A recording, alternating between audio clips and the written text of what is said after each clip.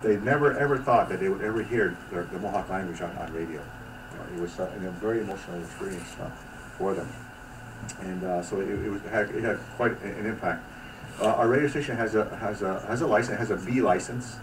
That's a non-commercial license, and our frequency was assigned to us by the telecommunications government agency, and we broadcasted in my community, which is just outside the city of Montreal, which is a large urban environment.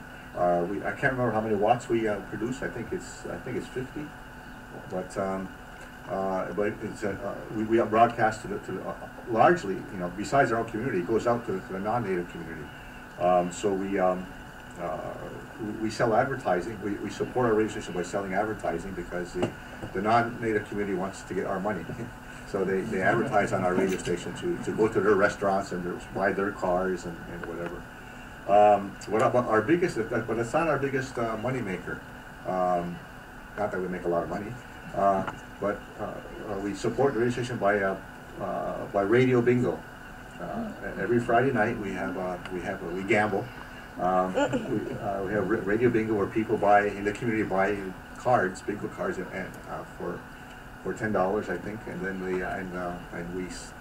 they play bingo on radio from 8 o'clock until about 10:30 on Friday nights, and the winners can win. They can win money, and that's about 8% of our budget is made from radio bingo.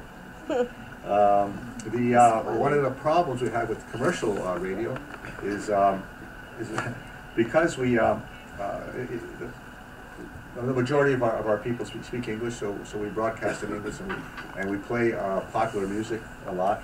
And one of our stations, in the evening, we used to play hip hop music before any of the Montreal radio stations used to do that, and for years. And we have a large listening population in the non-native area to listen to our radio station, and we sell advertising. It was one of our biggest advertising was the hip hop.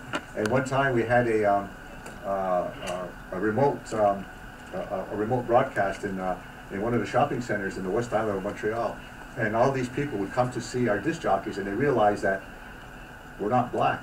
They assumed that our disc jockeys were black because they played hip hop, and they spoke the language, So it was very surprising. But we cornered the market on hip hop for about 12 years.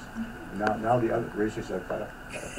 Well, it's just a little side story about the potential that radio is going to have.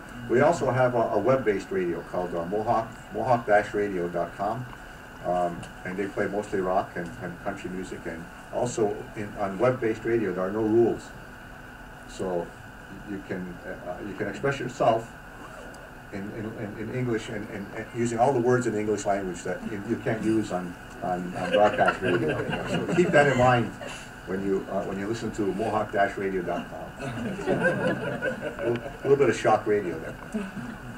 Anyway, that's my little story. I'd like to now turn over the mic to Chiano, who's the manager of indigenousportal.com, and we hopefully that he'll explain to you how the internet can help in promotion of broadcast radio and human rights.